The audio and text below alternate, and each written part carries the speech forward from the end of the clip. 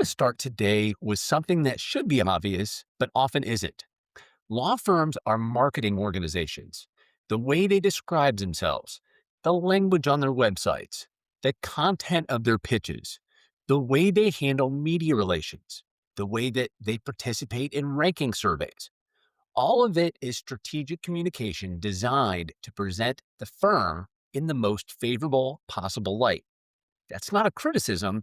It's the nature of professional services marketing. Every firm does it. But it means that when you're evaluating a firm as a potential home, the official story, the one the firm tells about itself, is a starting point for your analysis, not an ending point. I'm Andrew Wilcox, legal recruiter since 2003. Today, I want to walk you through how to read between the lines of law firm marketing and rankings, what the numbers actually tell you, what they don't, what the language of law firm marketing reveals when you know what to look for, and where to find the more honest picture. So let's start with what the rankings actually mean and what they don't. The major legal rankings, Chambers, U.S. News, The American Lawyer, Legal 500, are real and they matter. Being ranked in Chambers Band 1 in your practice area carries genuine market weight. The AmLaw 100 and 200 are legitimate indicators of firm scale and financial performance. These aren't meaningless, but rankings are also surveys. They're driven by submissions, by what firms and clients choose to report. The firms with the best marketing operations are often the ones with the most favorable rankings, not necessarily because they're the best firms, but because they work the hardest at the submission process. More importantly, rankings tell you something about reputation as it existed 1 to 3 years ago. Because of the lag in how this information is gathered and published, a firm that was ranked highly 3 years ago and has since lost 4 of its most significant partners in that practice area may still carry those rankings. The firm that was rebuilding 3 years ago and has since assembled an excellent team may not yet see that reflected in public rankings. Historical rankings tell you about historical excellence. You're making a decision about future opportunity. The language of law firm marketing. Let's talk about the language of law firm marketing and how to decode it. Pay attention to the words law firms use when they describe themselves. The vocabulary of law firm marketing has specific patterns, and learning to decode it gives you real information. When a firm describes itself as a collaborative culture and a true partnership, ask what that means specifically. Every law firm describes itself this way. The ones where it's genuinely true have specific examples: formal programs, compensation structures that reward collaboration, internal practices that demonstrate it. The ones where it's aspirational rather than actual will have difficulty getting concrete when you probe. When a firm talks about its global platform or international reach, ask what that means for your practice specifically. Does the firm have attorneys on the ground in the jurisdictions your clients operate in? Or does it have referral relationships, a network of local firms that are technically part of an alliance but don't share economics, aren't integrated in any meaningful way, and don't produce the seamless service the marketing language implies?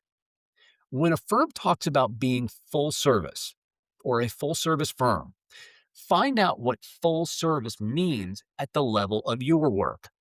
Full service can mean genuinely deep capabilities across a broad range of practice areas, or it can mean a handful of attorneys in every category, some of whom are excellent and some of whom are relatively junior with limited track records. When a firm describes its commitment to associate development and mentorship culture, ask what has happened to the associates they've recruited in the last 5 years. What percentage made partner, what percentage left, where did they go. Those outcomes tell you more about the culture than any language in a recruiting brochure. And now, what to do with the financial metrics, the next level of all that. Earlier in this series, I covered law firm financial health in detail. Here, I want to focus specifically on how marketing intersects with financial data. Firms in financial difficulty don't say so in their marketing. What they say instead is things like strategic right sizing, focus on core strengths, positioning for the future. Learn to recognize those phrases as potential indicators of consolidation under pressure rather than strategic clarity. Similarly, firms that are making aggressive lateral hires, bringing in multiple partners, simultaneously with strong guaranteed compensation packages, may be building something genuinely exciting. Or they may be acquiring revenue to offset departures or organic decline. The strategy looks the same from the outside. The distinction requires asking, what is driving the growth? New client opportunity or replacement of what was lost? Revenue figures that are presented in isolation. Revenue grew 12% last year, can be genuine growth or the result of a merger or acquisition that added headcount and revenue simultaneously without improving per attorney economics. Ask for per lawyer revenue, not just total revenue, and asked about the factors driving any significant change. What the partnership structure then will tell you. The ratio of equity partners to total partners is publicly reported by most major firms and is genuinely informative. A firm with very large non-equity layers, where income partners or senior counsel constitute a significant majority of the total partner headcount, is telling you something about its partnership economics and the culture of partnership. This isn't automatically negative. Some excellent firms have non equity structures that work well and are intentional, but it does mean the phrase, you'd be joining the partnership, may mean something very different at that firm than it does at one where equity partnership is the genuine norm. Chambers and AmLaw, using them correctly. Using rankings directionally, not definitively.